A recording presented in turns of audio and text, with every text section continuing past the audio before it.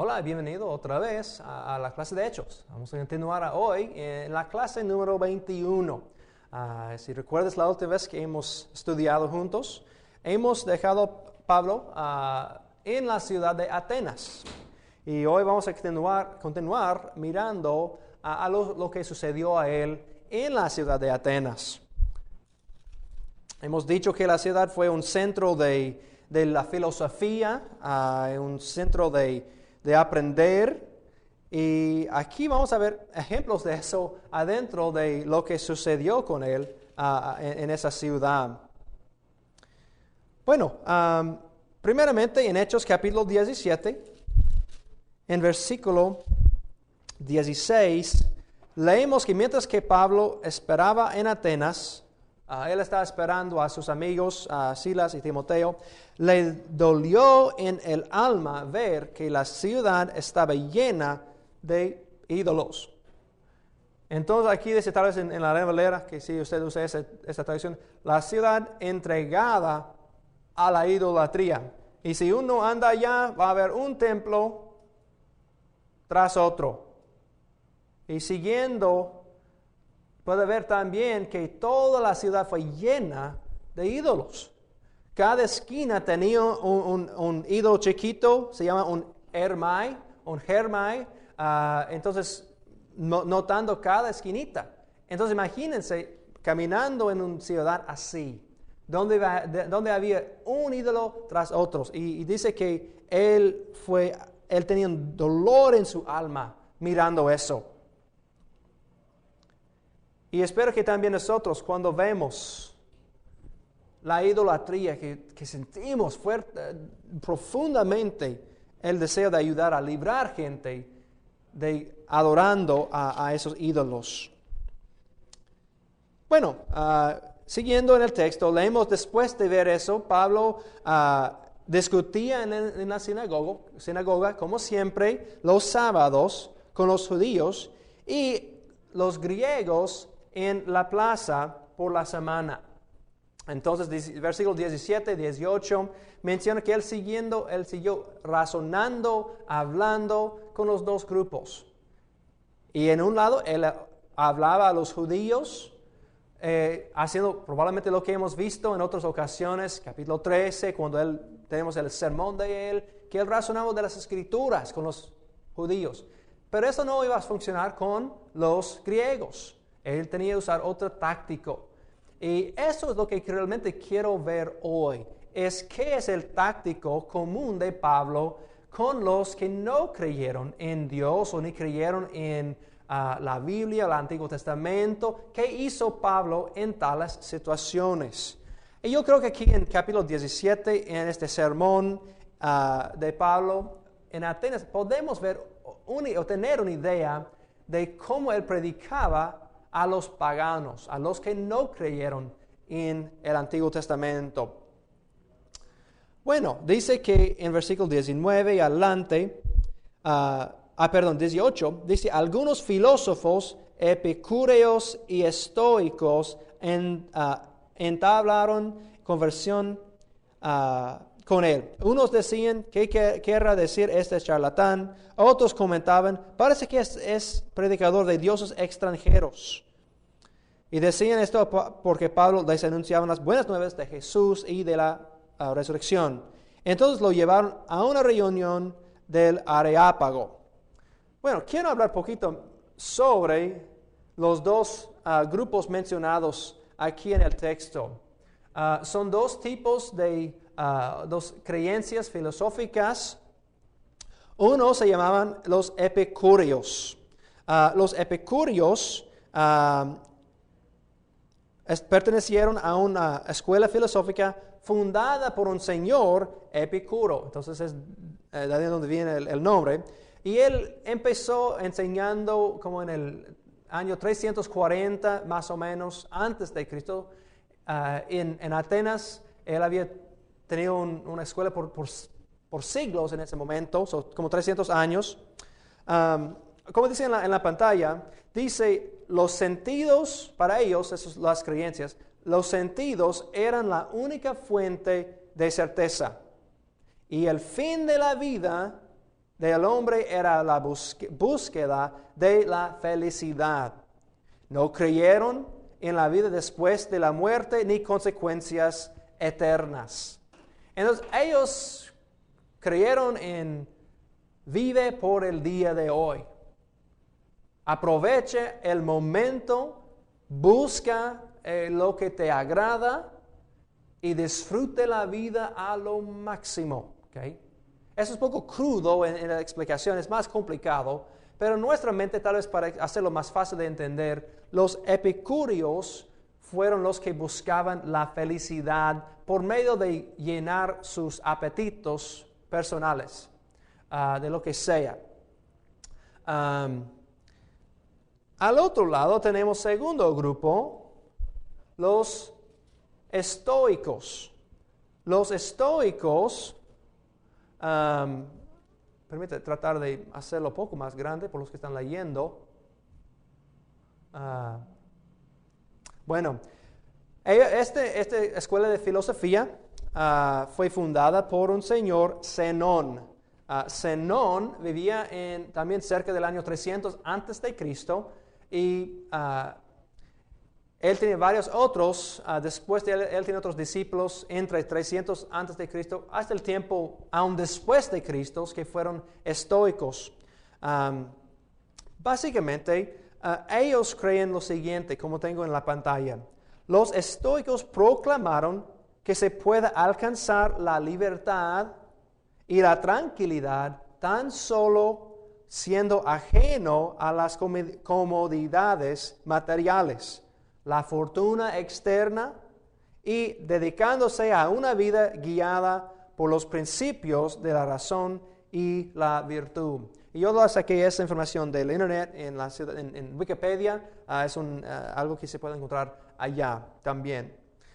En otras palabras, ellos trataron de ser separados de los problemas y separarse de los sentimientos y está completamente dedicado a lo racional, a pensar en lo claro y ellos dijeron que la manera que tener la felicidad es ser separado del dolor y también de las emociones en muchos sentidos. Ellos tampoco creyeron en la vida después de la muerte. Hay un señor, un autor griego en el año 200 después de Cristo, llamado Diógenes Laercio, que escribió lo siguiente: no hay nada a temer en Dios, no hay nada a sentir en la muerte. El placer puede ser logrado, el dolor puede ser soportado. Entonces, eso nos da una idea más o menos de cómo pensaron ellos. Ellos creyeron de que pueden soportar el dolor con fuerza y con habilidad mental, pero también después de la muerte no había nada. Uno duerme, punto final. Y eso fue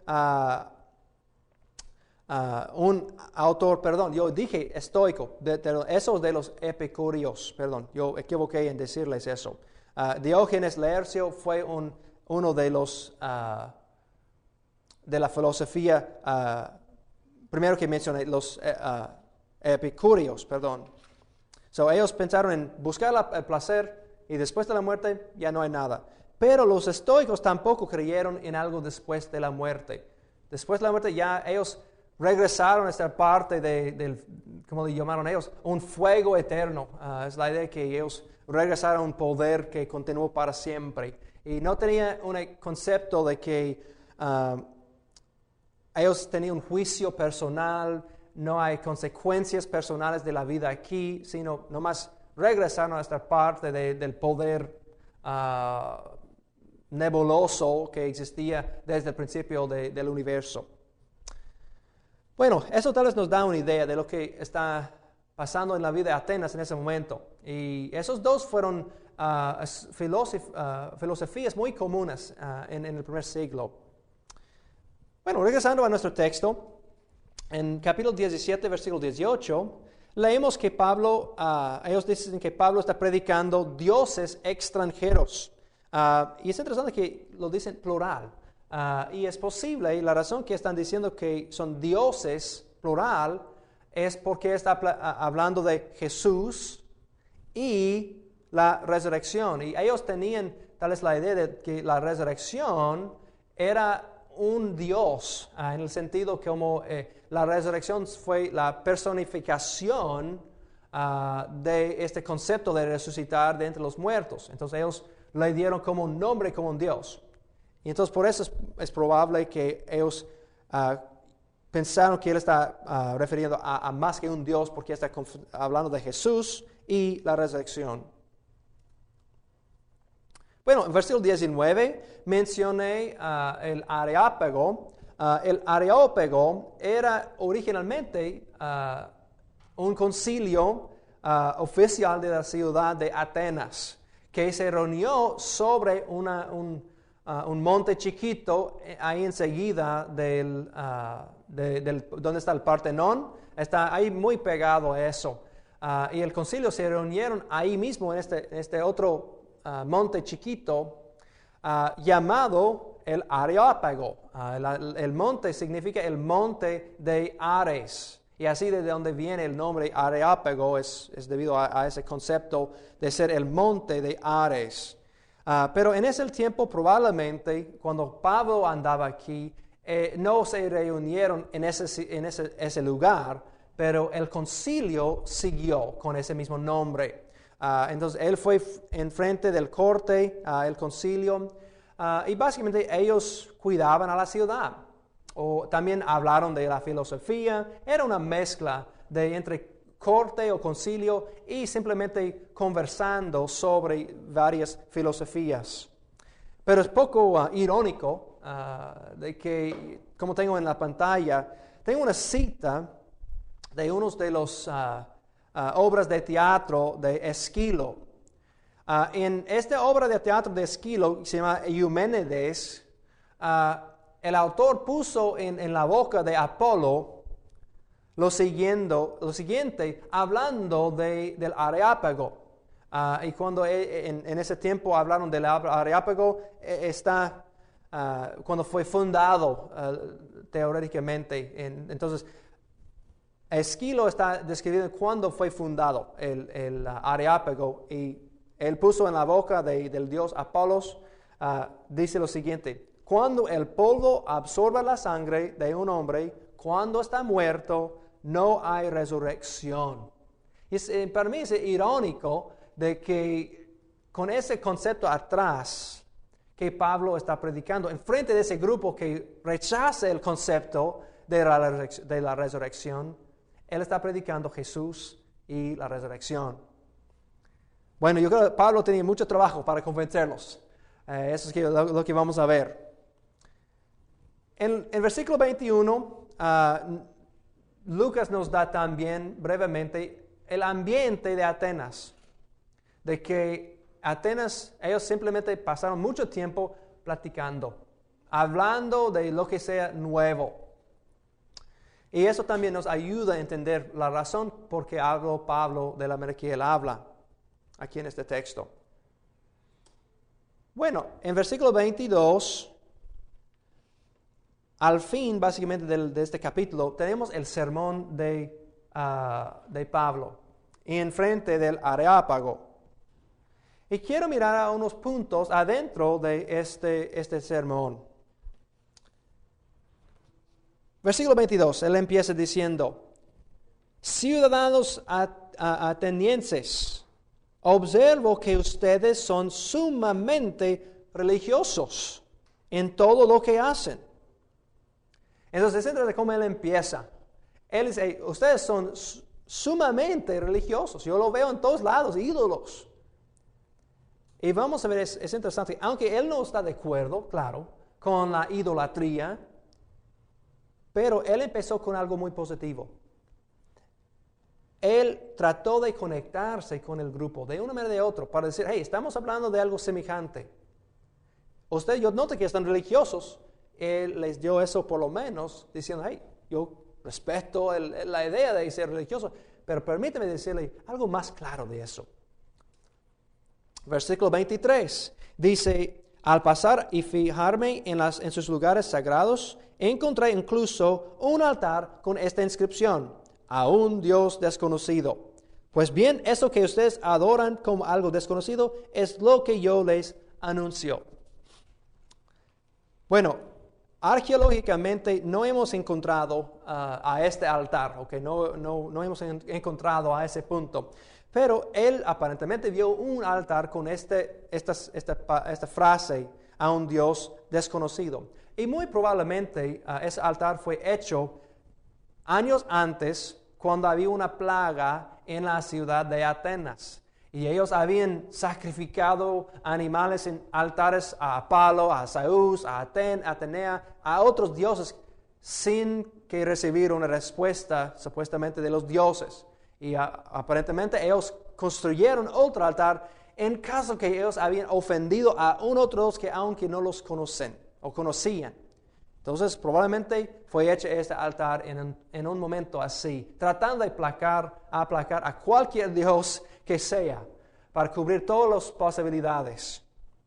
Bueno, Pablo usó eso para, otra vez, conectarse con el grupo, la audiencia, pero también unos han dicho que tal vez Pablo está enfrente del concilio, probando que él no está añadiendo una religión nueva, porque eso fue prohibida en el primer siglo bajo de los romanos. Los romanos aceptaron otras religiones, como el judaísmo, por ejemplo, pero cuando los romanos conquistaron a una región, dijeron, ok, yo acepto esta y esta religión. Pero después del principio, uno no puede venir más tarde y decir, oh, yo quiero crear una nueva religión. Eso no fue aceptable frente a los romanos. Entonces, unos escolares bíblicos, esotéricos bíblicos, dicen que es posible que él está probando que, hey, no estoy añadiendo, sino yo estoy usando lo que ya creyeron ustedes. Es posible, pero también es posible que simplemente está haciendo conexión con la audiencia. Bueno, de ese punto adelante, él empieza a hacer una descripción de Dios. Y si miran la pantalla, tenemos una descripción muy interesante de Dios, versículo 24 al 29. Primeramente, notamos que este Dios que predica Pablo no vive en templos ni necesita algo. Él es completo. Él no tiene necesidad de lo que sea de que ellos pueden ofrecer. Él es completo. Número 2, Él da a los hombres lo que ellos necesitan. No solamente el Dios no necesita algo, pero Él también da a todo lo que el hombre necesita.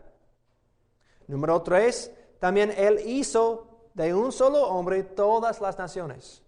Yo creo que es importante también decir que, otra vez, Pablo está diciendo, hey, aunque soy judío, y ellos sabían claramente que él fue judío, que todavía somos conectados físicamente, somos de las mismas raíces si regresamos hasta a Adán o a Noé, que somos de la misma raíz.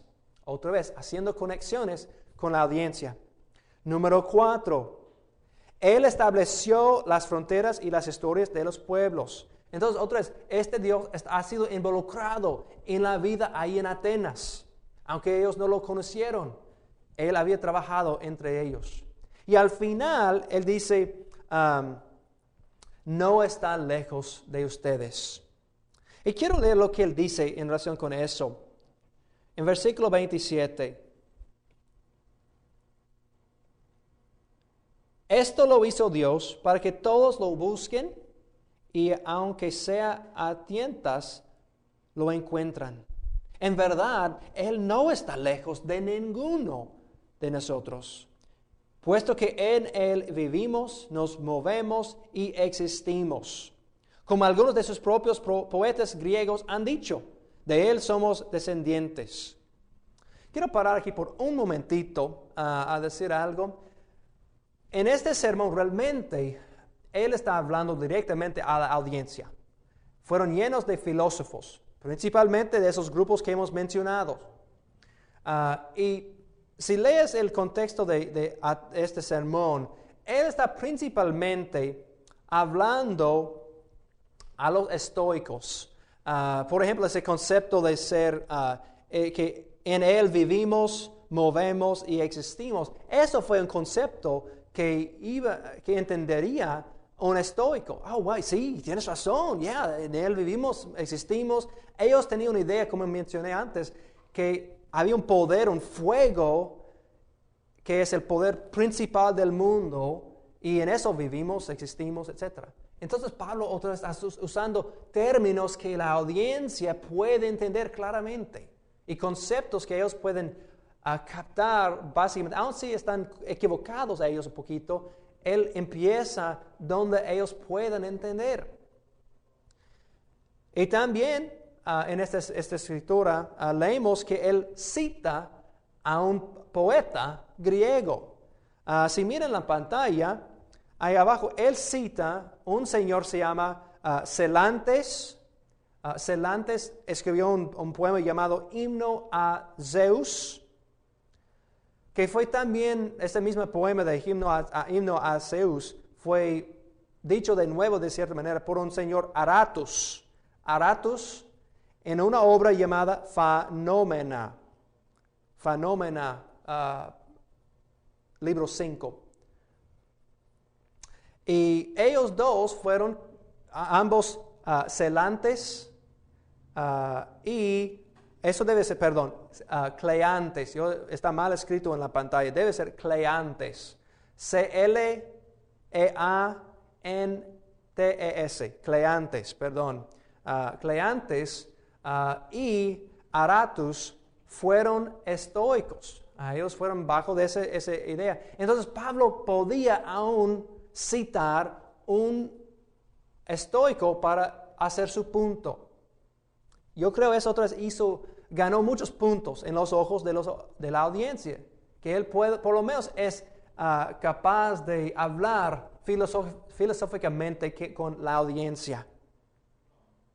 Bueno, si seguimos leyendo, al final de su sermón, después de hacer conexión con ellos, él no les dejó simplemente con información.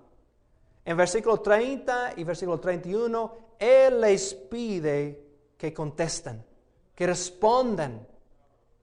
Dice lo siguiente en versículo 30 y 31. Pues bien, Dios pasó por alto aquellos tiempos de tal ignorancia, hablando de tener templos, etc. Y eso también estarían de acuerdo a los filósofos. Ellos, la mayoría en ese tiempo, probablemente no creyeron tanto en los dioses, los ídolos, como las masas, los grupos en general, la multitud de gente. Los filósofos habían puesto eso en cierto punto al lado y ya creyeron menos en los dioses griegos. Entonces, ellos estarían de acuerdo de la ignorancia. Otra vez, en versículo 30. Pero ahora manda a todos en todas partes que se arrepientan. Él ha fijado un día en que juzgará al mundo con justicia. En ese momento, ellos hubieran dicho, ya no entiendo, o ya esta es otra idea completamente, y no estarían de acuerdo. Siguiendo en 32, por medio del hombre que ha designado, de ello ha dado pruebas a todos al levantarlo de entre los muertos. Y cuando oyeron de la resurrección, unos se burlaron, pero otros le dijeron, queremos que usted nos hable en otra ocasión sobre este tema. Bueno, al final de su sermón, él les forzó a hacer una decisión. Él no los dejó simplemente con un sentimiento bueno que estamos platicando, etc. Sino, él llegó a un punto y dijo, bueno, ustedes tienen que decidir. ¿Quién vas a escoger? ¿A las filosofías o a ese Dios de quien he proclamado? Bueno, leemos en versículo 32 y 34 los resultados. Como siempre, unos lo aceptaron, otros lo rechazaron. Bueno, espero que podamos aprender unas cosas para nosotros aquí también. de cómo aplicar eso para nosotros hoy en día.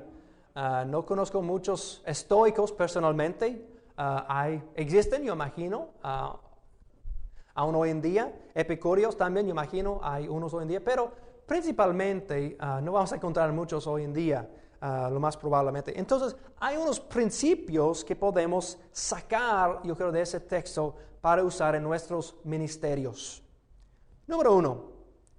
Empiece donde está tu audiencia.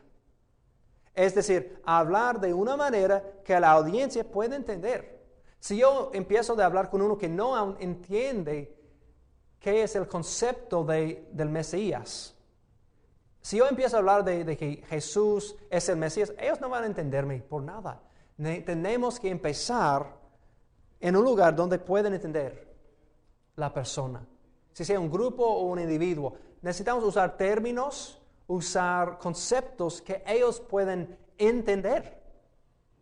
Yo he visto predicadores que entran en la casa y tienen su manera de estudiar con gente muy fija y no importa lo que entiende o no entiende la persona. Ellos tienen su manera de estudiar y no lo cambian. Y ellos dicen, ok, tienes que aprender eso y pum, pum, pum, pum, pum. Tengo mis 10 puntos y así son, con cada persona igual. Y desgraciadamente no podemos trabajar así, con mucha, pues por lo menos no es lo que hizo Pablo. Él cambió su manera de hablar con gente debido a la audiencia. No hay ninguna escritura citada en el sermón del Antiguo Testamento. Cuando él hablaba con los fariseos, cuando él hablaba con los otros judíos, siempre citaba escrituras. En ese caso, no. Y yo creo que es importante para nosotros. Cuando hablamos con gente en la calle, empezamos hablando con cosas que a ellos les interesan por lo menos, para ganar su atención. También hablar de una manera que ellos pueden entender lo que estamos hablando. Tenemos que empezar donde está la audiencia. Número 2, otra cosa que tal vez nos pueda ayudar, es tratar de conectarnos con la audiencia. Hacer cosas que pueden mostrar que estamos en la misma situación en muchos sentidos. Empieza con preguntas que yo voy a llamar humanas. Cosas que cada individuo del mundo están preguntando. ¿Por qué estoy aquí, por ejemplo? ¿Qué es el propósito de mi vida? ¿A dónde vamos? ¿De dónde vinimos? ¿Qué cosas grandes en el mundo? ¿Cómo puedo crear a mis niños en una manera muy buena? Esos son temas que cada individuo del mundo, si sean cristianos o paganos, todos están interesados en estas ideas. Podemos ayudar en conectarnos con ellos por hablar de cosas que les interesen ahora. Y después desarrollarlo y explicarlo y llenárselo a la respuesta Jesús. Y ese es el punto, que debemos llevarlos de un punto donde no creen en nada hasta que ellos pueden entender quién es Jesús y después darles lo que necesiten, la respuesta en Jesús. Y eso me lleva al tercer punto, otra aplicación, es no cambiar el evangelio para no ofender a la audiencia. He visto unos que dicen, bueno, no quiero ofender a nadie, yo quiero tolerar a todos y por eso no voy a mencionar que uno tiene que solamente creer en Jesús. No, si uno quiere creer en Buda o en otro Dios, no, está bien. Hay muchos caminos que llegan a Dios.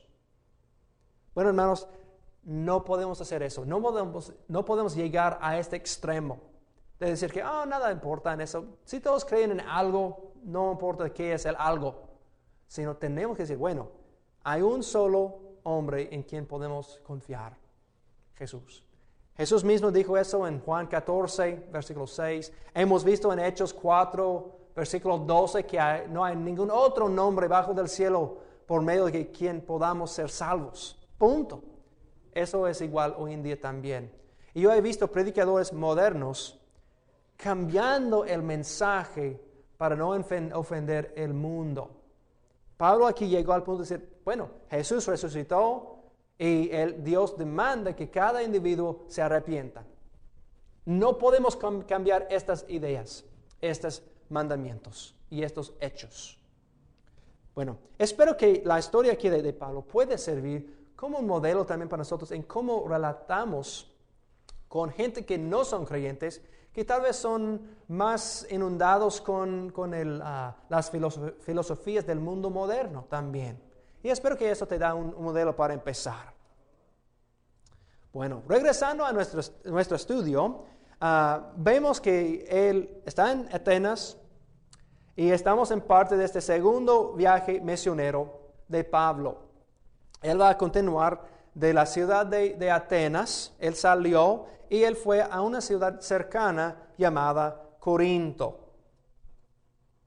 En capítulo 18 de Hechos vamos a ver lo siguiente. En los primeros 17 versículos, Pablo está en Corinto. Después, en versículo 18 al 23, Pablo visita a Éfeso, Antioquía, Galacia y Frigia. Y eso vamos a ver que es cuando él empieza el tercer viaje misionero. Y al final de esta sección, en capítulo 18, vamos a ver que Apolos predica la palabra en Éfeso.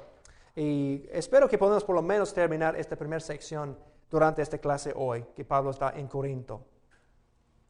Bueno, aquí es una foto de la ciudad de Corinto.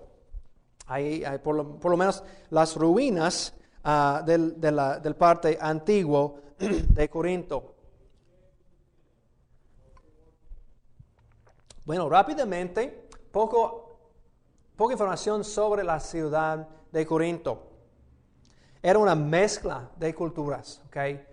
Está ubicada en un lugar donde había muchos viniendo y saliendo por medio en barcas. También había un camino que pasó entre Corinto a Atenas y más adelante al este. Entonces él está ubicado directamente en un cruz de muchos caminos. Y muchas cosas pasaron por medio de Corinto. Y por eso había una mezcla de creencias, sea religiosas o de filosofías, y había una mezcla de muchas ideas. También otra parte de la cultura corintia es que había llena de mucha promiscuidad. Es decir, que había a un templo a la diosa Afrodita, donde había más de 1,000 prostitutas sagradas ejerciendo su oficio. Entonces, la idea de tener el acto de sexo en la ciudad fue muy común. Aún una manera de mostrar su religiosidad. Y eso fue un problema muy grande por los primeros cristianos. Porque vamos a ver, por ejemplo, en el libro de 1 de Corintios, capítulo 6, versículo 9, menciona que ellos mismos andaban en este tipo de pecado. Y aún Pablo menciona más adelante en capítulo 6 de 1 de Corintios sobre el problema de tener relaciones sexuales con otras personas, con prostitutas. Y él directamente habla en contra de eso. Aún es interesante que aún había un verbo en griego, corintizar, donde cuando uno dice que uno es un corintio o uno de Corinto, eso es decir que por los varones que es libertino y borracho. Si yo le llamo a un hombre, oh, tú eres un corinto, o uno de Corintio, es decir que tú eres borracho y libertino. Pero si lo diría a una mujer, estoy diciendo que esa mujer sería una prostituta. Eran tan conocidos por esas cosas de que fue una ciudad bastante fea en muchos sentidos en los ojos, por ejemplo, de los judíos y serían de nosotros también. Bueno, quiero seguir en nuestro texto mirando a lo que sucedió en el libro de Hechos y en la ciudad de Corinto. Bueno, en versículo 2 leemos que Pablo se encontró con un judío llamado Aquila, natural de Ponto, y su esposa Priscila. Hacía poco habían llegado de Italia porque Claudio había mandado que todos los judíos fueran expulsados de Roma. Entonces Pablo se unió con ellos, con esta pareja, porque estaban trabajando en el mismo negocio. Pero antes de continuar, quiero mencionar a esa pareja. Son muy, muy importantes, Aquila y Priscila. Se encuentra en varias partes del libro de Hechos, capítulo 18, versículo 18 más adelante. Más adelante en Romanos, en la epístola de Romanos, capítulo 16, versículo 3. Y también en Primera de Corintios, capítulo 16, versículo 19. Y finalmente en Segunda de Timoteo, capítulo 4, versículo 19. Y notamos que ellos trabajaban en varios lugares. Ellos trabajaban aquí en Corinto con la iglesia, más adelante en Éfeso, y finalmente probablemente en Roma. Puedes ver eso en Romanos 16, que ellos estaban viviendo en Roma otra vez. Entonces empezaron en Roma, pasaron tiempo en Corintio, fueron a Éfeso y regresaron a Roma más adelante. Y siempre estaban en un lugar muy importante en la iglesia. Siempre parece que en muchas ocasiones tenían la iglesia en su propia casa. Otra cosa que yo quiero mencionar aquí es otra vez apoyando, respaldando otra vez la veracidad del libro de Romanos. Aquí menciona que el emperador Claudio había echado todos los judíos, había expulsado, todos los judíos de Roma. Podemos leer en un autor romano llamado Suetonio de la misma cosa. Cuando sucedió, probablemente en el año 49 después de Cristo, Suetonio, este autor romano, escribió en su libro llamado Claudio, Suetonio escribió unas biografías de los emperadores, llamado Las vidas de los emperadores, y uno de esos fue Claudio. En el libro de Claudio, en capítulo 25, versículo 4, dice lo siguiente, lo que tengo aquí citado en la pantalla. Dice, porque los judíos en Roma causaron tumultos continuamente sobre Crestus, Claudio, el emperador, les forzó salir de la ciudad. Interesante. Están haciendo tumultos sobre un Crestus. ¿Quién puede ser este Crestus probablemente? Pues muchos autores simplemente dicen que este término Crestus es la manera de escribir el griego Christos en latín, porque Suetonio escribió su libro en latín. Entonces probablemente había problemas ya en Roma entre los judíos y los cristianos. Y habían problemitas entre ellos causando tumultos tal como en otras partes del imperio. Y antes de la venida de Pablo a Roma había creyentes ya. Entonces podemos ver aquí, había llegado al punto que el emperador tenía que echar afuera todos los judíos debido a problemas sobre Cristo. Bueno, simplemente eso nos otra vez ayuda a decir, hey, lo que estamos leyendo es históricamente correcto. Y en eso podemos quitar dudas, espero, de nosotros y también de los que con quienes estamos hablando y enseñando.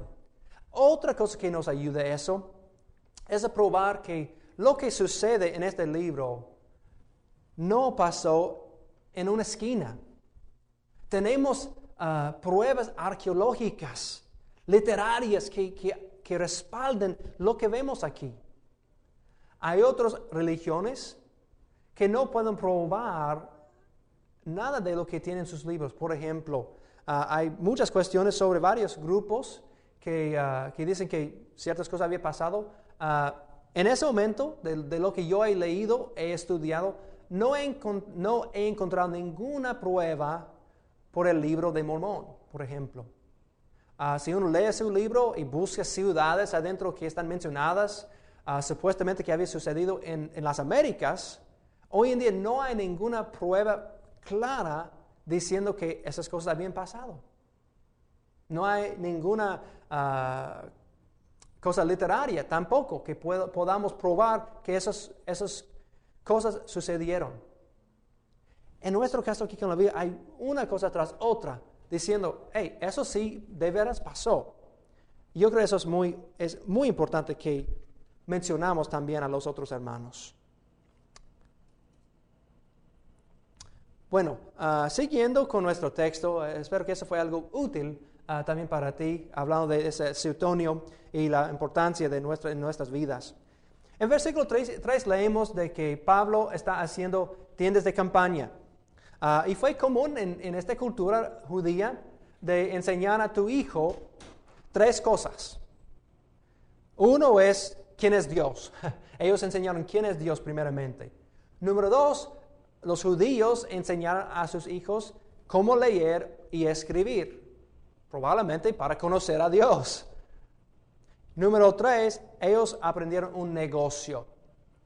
En el caso de Pablo, aunque él estudió para ser un fariseo, también él tenía la habilidad de hacer algo para ganar dinero. En ese caso, él aprendió de cómo hacer tiendas de campaña. Y como hemos visto, la pareja Aquila y Priscila también hicieron lo mismo. Ellos trabajaban juntos por un tiempo. Bueno, quiero mirar también a esa foto. En versículo 4 leemos, como siempre, que Pablo empieza de discutir en la sinagoga con los judíos.